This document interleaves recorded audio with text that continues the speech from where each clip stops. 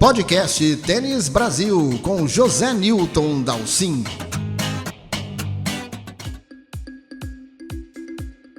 Indian Wells em andamento, surpresas, vocês estão vendo aí, chave masculina, chave feminina, mas um assunto que está agitando muitos bastidores lá no deserto da Califórnia é a questão da vacinação e das imposições que o Australian Open está acenando para os jogadores.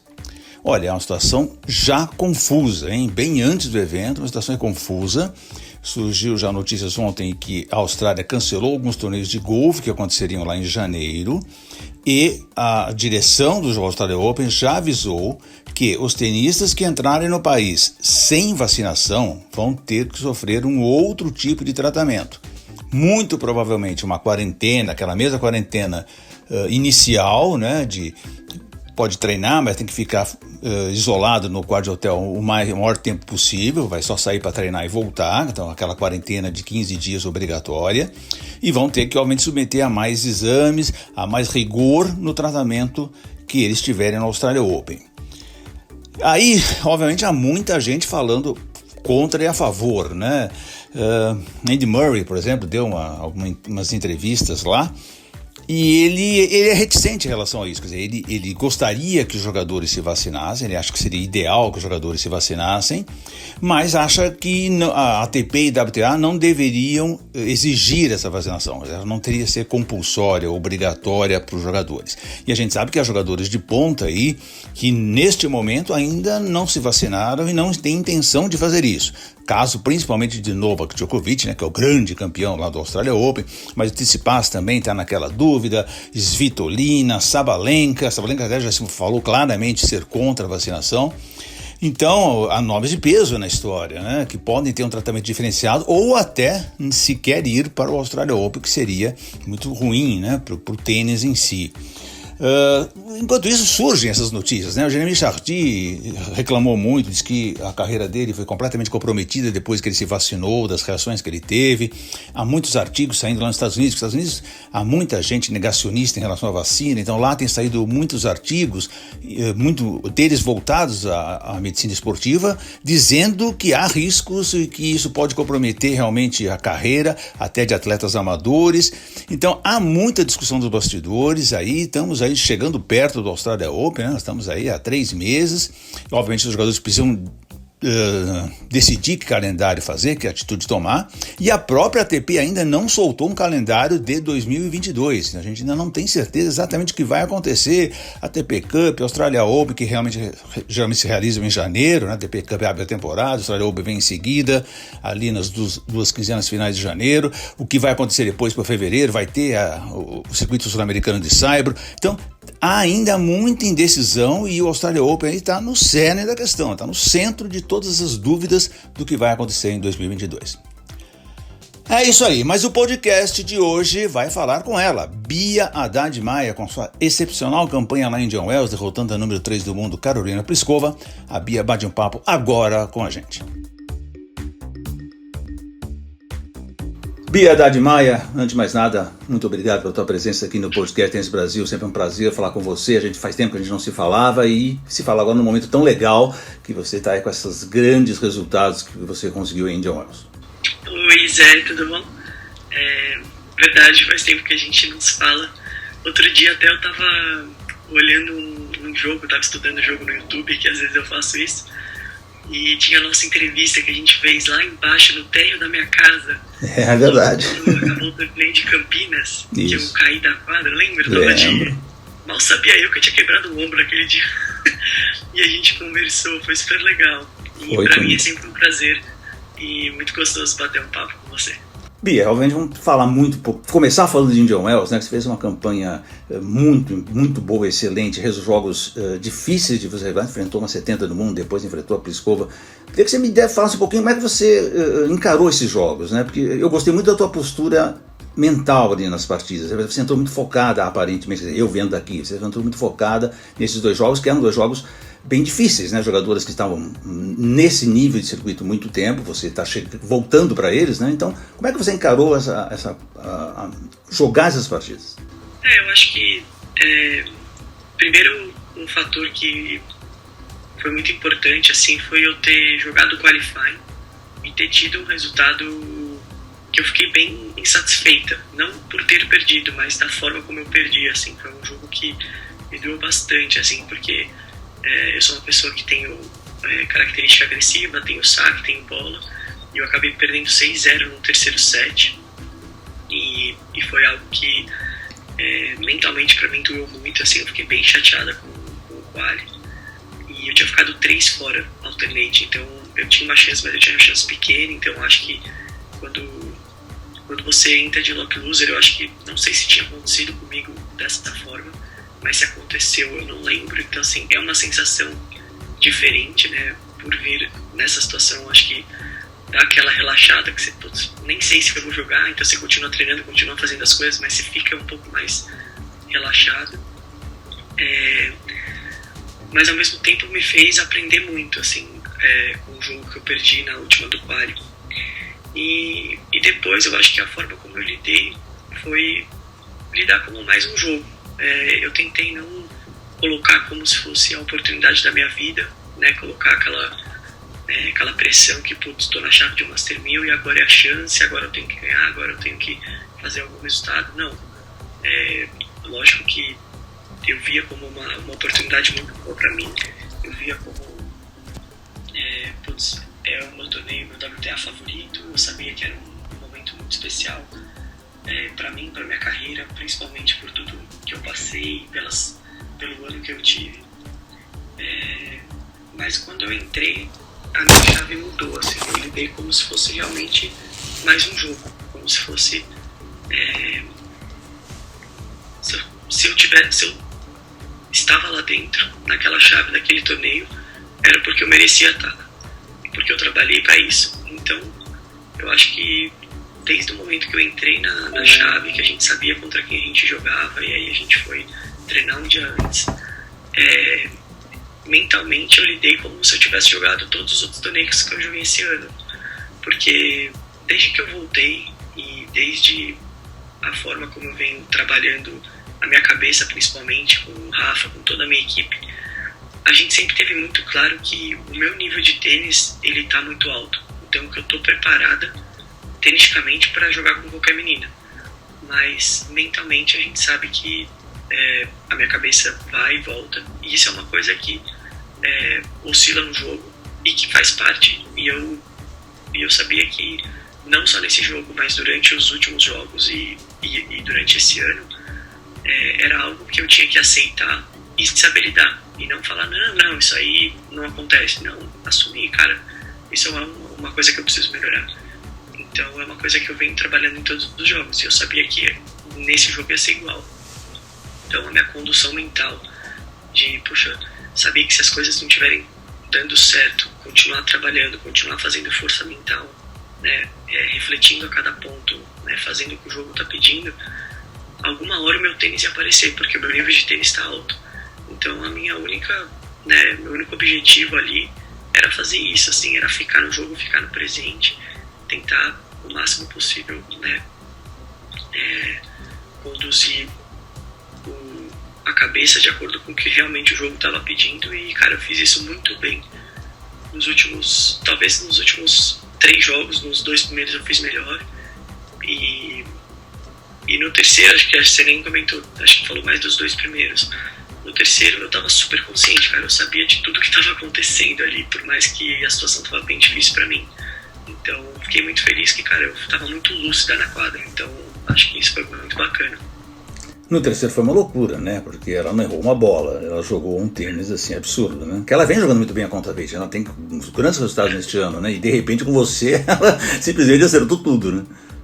Cara, e foi legal ter passado por isso, porque na verdade já aconteceram alguns jogos, não só em alto nível, mas aconteceram alguns jogos assim. Esse ano, quem assistiu a primeira vez que eu joguei com a Pliskova também foi assim, a primeira vez que eu joguei com a Muguruza foi assim. E não só essas meninas, outras meninas. Esse ano mesmo aconteceu um jogo desse. Eu acho que eu entrei um pouco menos agressiva, E ali com essas meninas que pegam, quando você entra, cara, 2-3-0 abaixo, você abre uma vantagem muito grande, é muito difícil correr atrás depois, porque elas ficam muito soltas, muito agressivas, muda a direção de qualquer bola que, a menina mudava a direção, cara, podia ser no canto que fosse. Então, isso pra mim me deixou ali numa situação muito, muito difícil no jogo pra conseguir reverter, porque aí a menina, ela pegava tão forte, aí, vai tirar variação, né? Óbvio que eu tava pensando no jogo, falei, vou variar. Como é que você vai tirar a bola da cintura num canudo que vem a 2 centímetros da rede no teu pé? Aí você fala, vou dar slice. Aí você tem uma brecha de um slice pra dar num rally de 3 canhões. Aí você tem que ter uma qualidade de slice muito boa. Se não for slice fundo, um abraço, né? Porque ela vai te manter. Aí, drop, como é que você vai dar drop se você defendendo uma bola rápida? Então, assim, eu fiquei numa armadilha muito grande porque a minha entrada no jogo não foi agressiva. Então eu fiquei muito na mão da menina. Aí o que poderia ter acontecido, assim, ela começar a fazer, né, cometer muitos erros para eu começar a conseguir ficar um pouco mais perto do placar e virar. Então eu fui tentando mentalmente, eu não entreguei o jogo, mas tudo tenicamente estava muito complicado. E ela jogou muito tênis. Pia, você começou a sua carreira praticamente do zero e você teve que voltar para aqueles torneios pequenos, né? De 15 mil, 25 mil. Nós vimos aí os torneios que não tinha pegador de bola, não tem juízo. Você demorou 3 horas para você tinha que toda hora buscar a bolinha. Quer dizer, foi um começo difícil, né, para você que já teve nesses grandes eventos e tal. Isso é um trabalho mental grande que você tem que fazer o tempo inteiro, né? Como é que você sentiu esse volta lá para o teu início da carreira, basicamente? Né?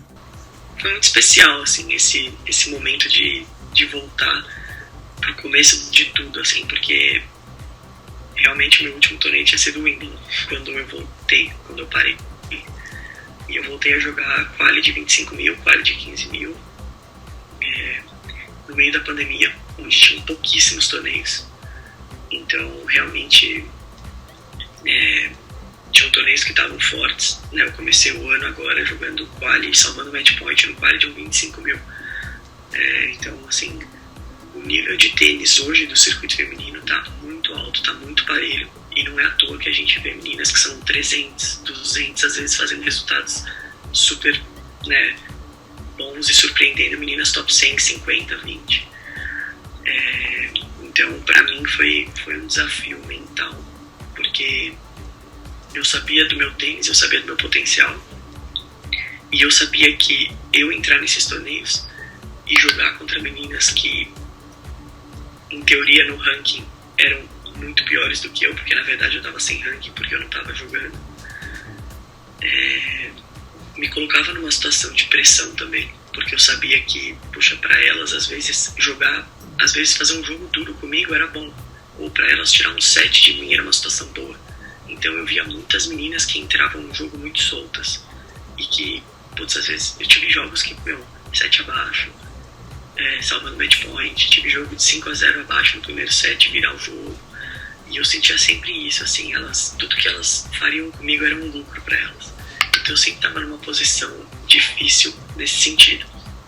Agora, eu tinha uma força dentro de mim e uma vontade de jogar, assim, que eu acho que no começo, ali nas primeiras semanas do final do ano passado, estou falando de um ano atrás isso, que para mim foi a diferença total, assim, a chave que me fez ganhar tantos títulos ali no comecinho, naquela volta em Portugal. Porque tenicamente eu não estava bem ainda, eu não estava em ritmo, não estava jogando agressiva, eu estava lutando bem e competindo muito bem, assim, esse primeiro começo foi muito, muito minha cabeça. E na última semana de Portugal, quando eu encontrei o Rafael, que seria o meu futuro treinador, a gente, na verdade, se encontrou para fazer uma semana e aí as coisas aconteceram diferente depois. Ali minha cabeça começou a mudar e começou a pensar de uma forma diferente para fazer coisas grandes mesmo. Então eu comecei a me preparar mesmo nesses torneios, né, 25 mil, que eu voltei a jogar vários 25 mil, mas me preparar para coisas grandes e para estar com um tênis de alto nível e não só competindo bem, porque vai chegar um momento que, cara, eu preciso ter um diferencial. Então a gente começou a trabalhar em cima disso, assim. Mas também foi muito legal pelo lado de ver realmente como que é a realidade da maioria, porque a gente fala de uma realidade de 100 meninas de top 100 que passa na televisão, são os grandes torneios, são as quadras centrais e esses jogos que a galera vê, né? Se eu perguntar hoje quem assistiu meu jogo no Brasil o ano inteiro, assistiram contra a Briscoe e a Xerife no máximo. Então assim, ninguém realmente sabe do nível, da realidade, dos perrengues. Cara, tá muito difícil viajar, então assim, cara, a gente viajando sozinha no começo. Eu lembro eu e a Ingrid ali, a gente tem que se virar nos 30, assim, e às vezes vai pro jogo, com o check-out feito do hotel, porque, cara, se perder tem que ir pro próximo, se ganhar, o check-in era até hoje, então a gente tem que ir pro outro hotel, aí, tem que fazer mercado, a gente tá sem carro, aí tem que ver o transporte, tem que ver a inscrição, aí tem que fazer teste do corona, aí tem que ver o aeroporto da semana que vem, o voo, tá muito difícil viajar, assim, então todos esses perrengues, assim, foram muito difíceis e são mais difíceis nos torneios pequenos, porque a gente não tem tanto suporte quando a gente joga torneio menor. Então foi um desafio muito grande para mim. Bia, você felizmente volta ao top 100 com esses resultados do Indian Wells, você tem nada ou quase nada para defender ao fim do ano, então há uma boa chance de você permanecer no top 100, se Deus quiser voltar para a Australia Open direto na chave.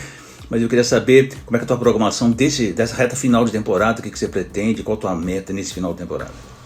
Eu vou jogar agora, a partir da semana que vem, 2 torneios 80 mil aqui na Quadradura, nos Estados Unidos. Então um é no Texas, o outro é na Geórgia. E logo em seguida, para finalizar o ano, eu vou jogar na América do Sul. Eles fizeram uma gira de Cyber. Então vão ter 2 125 mil WTAs. Eu vou jogar um em Buenos Aires e um em Montevideo, com certeza. E tem uns 60 mil no Chile, que eu ainda não tenho certeza se eu jogo, mas provavelmente não.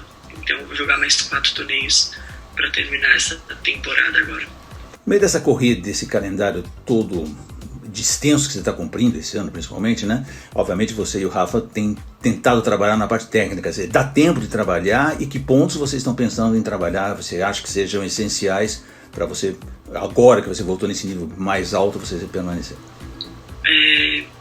Acho que os 2 pontos principais, assim, se eu for resumir, primeiro é a minha consciência na quadra, que eu acho que é algo que todo mundo está percebendo, como eu tô bem lúcido, assim, tô bem tranquilo, eu tô conseguindo enxergar as coisas e ser um pouco mais viva, né, de entender um pouco mais o que o jogo tá pedindo e o que tá acontecendo. E, cara, cada vez mais ser agressiva, né, agressiva no sentido de, né, a gente vê o tênis feminino, cara, jogar pra frente, mudar a direção da bola, buscar a rede. Isso pra mim é o que a gente vem trabalhando. Você parou um pouco de jogar dupla, aliás, né? Que você gostava, jogava bem e isso ajuda muito no jogo de rede, né? Nossa, sim. É que a regra agora tem alguns torneios que você tem que se inscrever na dupla com ranking de dupla. Então, reduz muito o número de jogadores de simples que jogam dupla. E aí, como reduz, eu preciso estar com um ranking muito bom para jogar dupla. Então, daqui a pouco, quando eu melhorar o meu ranking, eu vou poder entrar com esse meu ranking de simples. Até posso até encher a Luísa, porque eu vou precisar de uma boa pista, porque o meu ranking não vai entrar com outra. Bom, você e a Luísa ia fazer uma duplinha do barulho. Bia, para encerrar, eu sei que o teu horário está apertado. Você teve tantas oscilações na carreira, mas você sempre deu a volta por cima. Então eu quero saber hoje qual é o grande sonho da Beatriz Haddad Maia.